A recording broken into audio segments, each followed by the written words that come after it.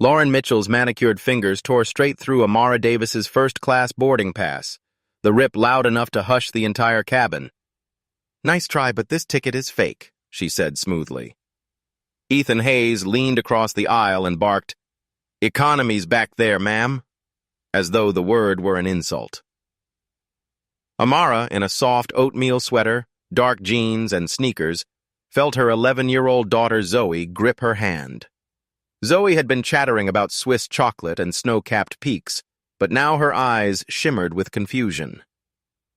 "Please scan the code on that pass," Amara said, inhaling slowly the way she had learned during 1,000 boardroom battles. Lauren ignored the request, turned to the man in seat 1D, and accepted a folded bill with a grateful nod. Charles Warner had slipped her 2 crisp hundreds to remove the mother and child he deemed unworthy of Zurich's elite row. Over the intercom, Captain Robert Klein's voice floated back. "Cabin crew, resolve any seating irregularities promptly." Zoe's voice quavered. "Mom, we belong here, right?" "Absolutely," Amara replied, meeting Lauren's stare without blinking. Elena Torres in 2C leaned into the aisle. "They just sat down. What's the problem?" Jamal Carter in 3A tilted his phone to record. "Got a feeling this will go viral," he whispered. Lauren snapped her fingers at Daniel Pierce, the security officer. "Remove these 2 for attempting to board with forged documents." Amara kept her tone even. "Those passes came directly from your airline's own app. Run them through the scanner." She had boarded incognito to test reports of discrimination, unaware her investigation would unfold this quickly. Daniel placed a heavy hand on her elbow. "Ma'am, step aside." Lauren held up the torn ticket halves with theatrical flair, announced, "Counterfeit," and let the pieces flutter to the carpet. Amara's heart hammered with calculation. She could end this in one phone call. Mia Jackson, her executive assistant, was on standby, but first she needed to know how far the crew would go. "Will you at least scan my daughters?" she asked. Ethan plucked Zoe's pass, gave it a perfunctory glance, and tore it as well. Zoe gasped. The sound sliced through Amara's composure, stirring memories of investors who had told her, "Come back when you have a white male co-founder." "You're making a mistake that will cost more than you imagine," Amara said firmly yet quietly. Elena's patience snapped. "This is outrageous," she said, rising halfway. Jamal followed, phone held high. "The world's watching, folks." "Phones down," Ethan barked. No one complied. Zoe whispered, "Mom, I just want to see the Alps." Amara met her daughter's eyes, brown mirrors of her own. "Hold on, baby. We'll get there." Lauren's tone turned icy. "You don't belong in first class, and the captain trusts me." Amara studied the attendant's nameplate, committing every detail to memory. "Your uniform should stand for safety and service. Instead, you're turning it into a costume for cruelty." A rustle spread through the cabin as passengers processed that line. Ethan attempted one last push. "Stop resisting or I'll call Port Authority." Amara extended her phone, screen illuminated with the boarding record. "Scan it, please." Lauren refused to look. Zoe's small hand shook, but she raised her chin. Elena murmured, "Hang in there, sweetheart." Daniel exhaled, uncertain. Customer is always right unless threatening safety. But where was the threat? Amara spoke just loudly enough for row 3 to catch.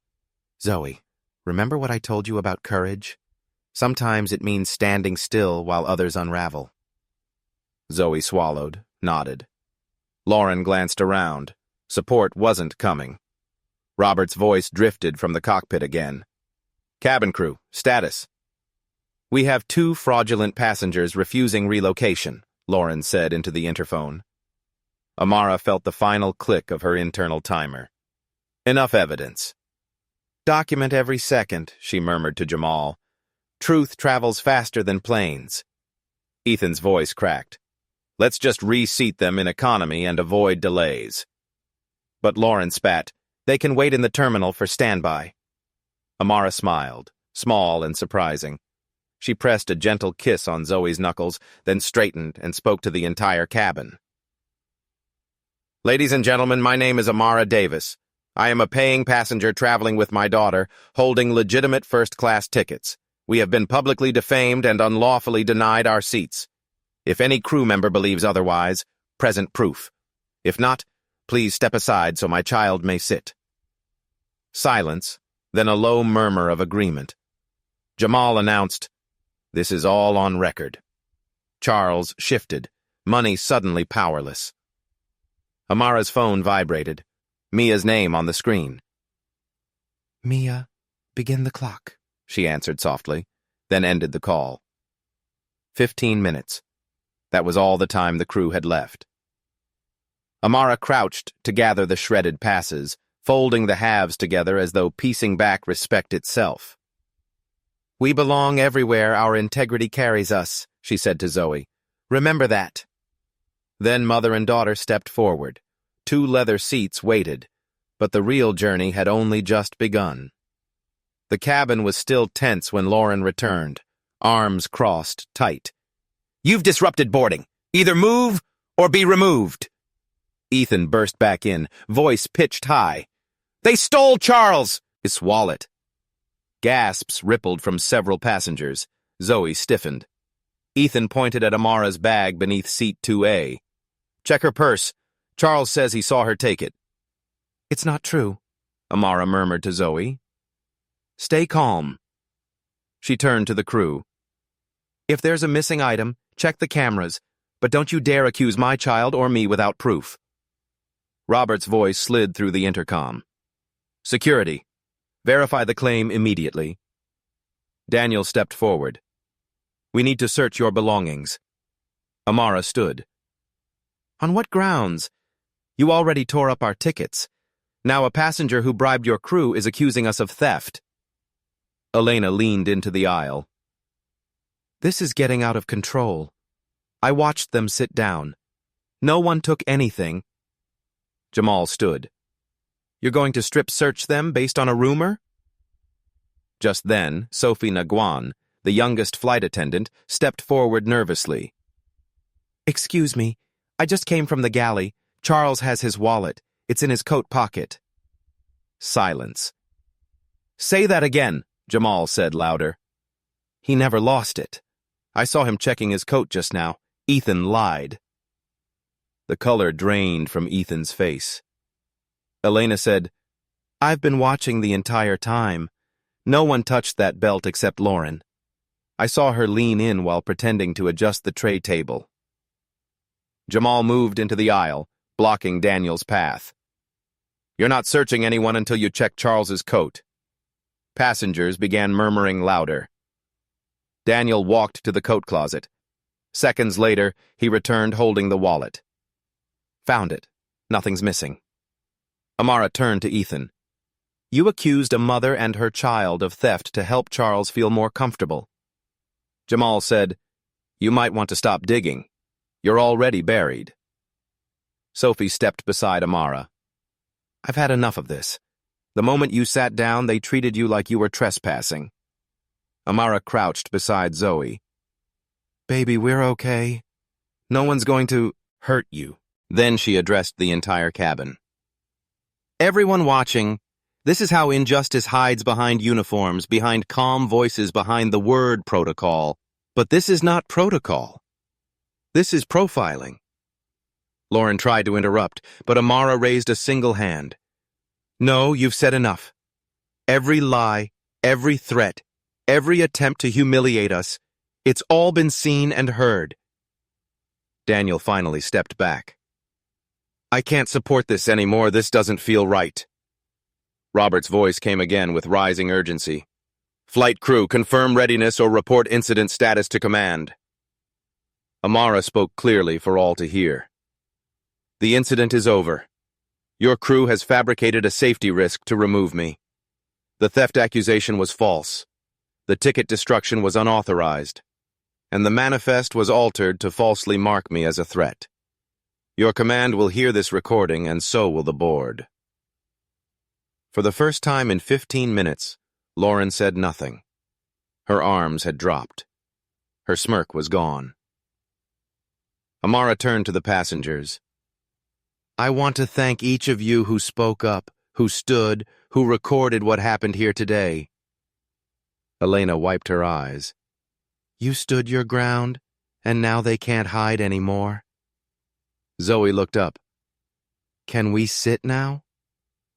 Amara smiled, bent low, and kissed her forehead. "Yes, sweetheart. We're not going anywhere."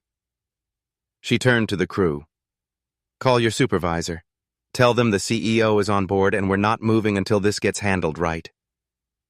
The cabin door opened with a low mechanical hiss as a tall man in a charcoal suit stepped aboard, followed by Mia Jackson in a sleek navy dress.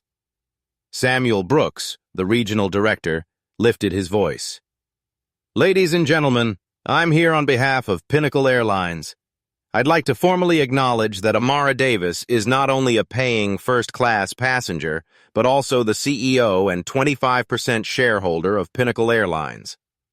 A collective gasp swept across the row as Charles's face froze. Lauren's smug expression collapsed into stunned horror. Ethan let out a quiet, "Oh no."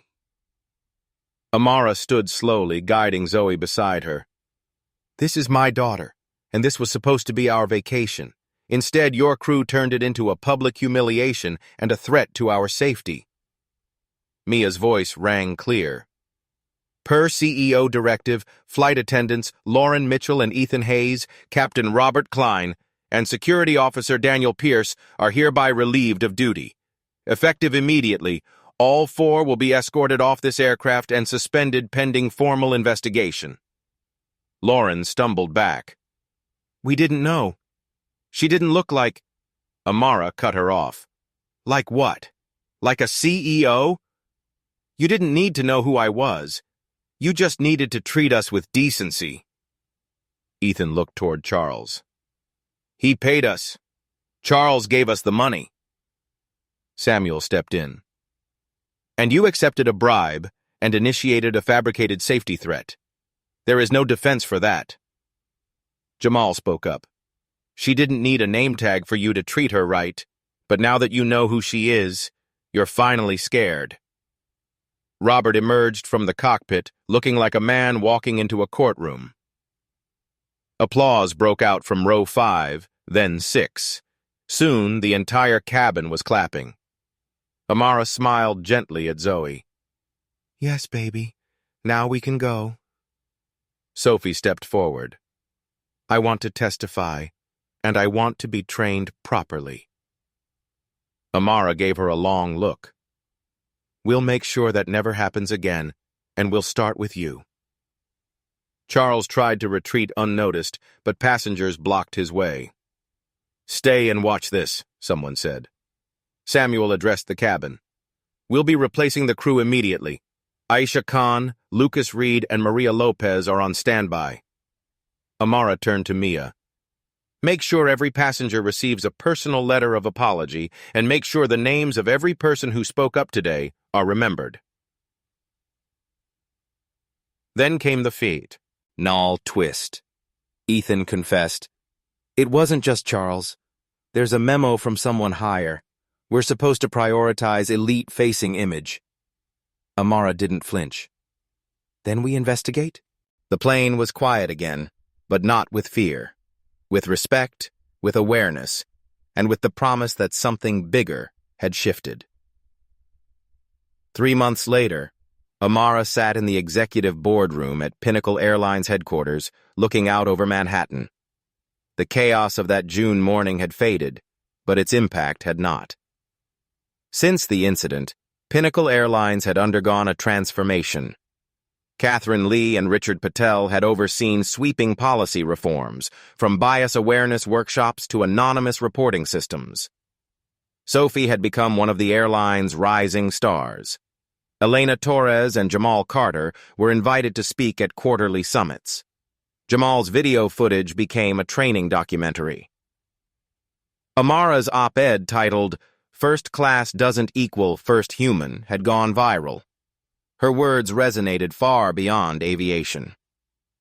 But just when things seemed to settle, a whistleblower came forward with years of ignored discrimination complaints. Amara ordered an emergency audit. Within a week, dozens of past complaints were reopened. "No more silence," she declared. "No more sweeping it under the rug." Pinnacle launched the Aviation Equity Initiative, dedicated to setting industry-wide standards for anti-discrimination training. On September 29th, Amara took the stage at a global aviation summit. You want to talk about turbulence? Try having your child watch you be accused, insulted, and threatened, all before takeoff. Her speech brought the room to its feet. Afterward, Zoe sat curled on the couch, sketchbook in her lap.